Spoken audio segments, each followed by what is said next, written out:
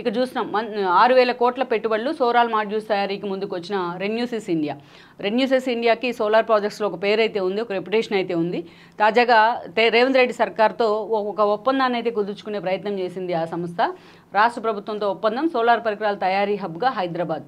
శ్రీధర్ బాబు సమక్షంలో ఆ ఒప్పందం అయితే కుదిరింది. రెన్యూసిస్ CEO శ్రీనాథ్ నాయుడు, పరిశ్రమల శాఖ ముఖ్య కార్యదర్శి జయేష్ రంజన్ అంటూ కూడా ఈ అంశాన్ని ప్రధానంగా ఈనాడు హైలైట్ చేసే ప్రయత్నం అయితే చేసింది.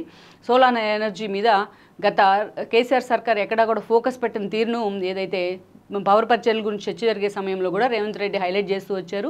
ఆయన ప్రతిపక్ష నేతగా ఉన్న సమయంలో కూడా ఇదే అంశాన్ని ఆయన హైలైట్ చేస్తూ వచ్చారు. ఛత్తీస్గఢ్ రాష్ట్రాల నుంచి ఆయన PPL విషయంలో మాత్రం చాలా దారుణంగా ఒప్పందాలు చేసుకున్నారంటూ ఎక్కడికక్కడ దాన్ని ఎండగట్టే ప్రయత్నం అయితే చేస్తూ వచ్చారు. సో అందుకే ఈరోజు పూర్తి స్థాయిలో విద్యుత్ శాఖ మీద ప్రక్షాళనకు నడుంగట్టారనుకోవాలి రేవంత్ రెడ్డి. ఇక ఆ దిశగా అత్యంత తక్కువ వైబిలిటీలో ఉండే సోలార్ ఎనర్జీ మీద కూడా ఫోకస్ పెట్టారు. సో రాష్ట్ర ప్రభుత్వంతో రెన్యూసిస్ ఇండియా ఒక ఒప్పందాన్ని కూడా కుదుర్చుకుంది శ్రీధర్ బాబు సమక్షంలో.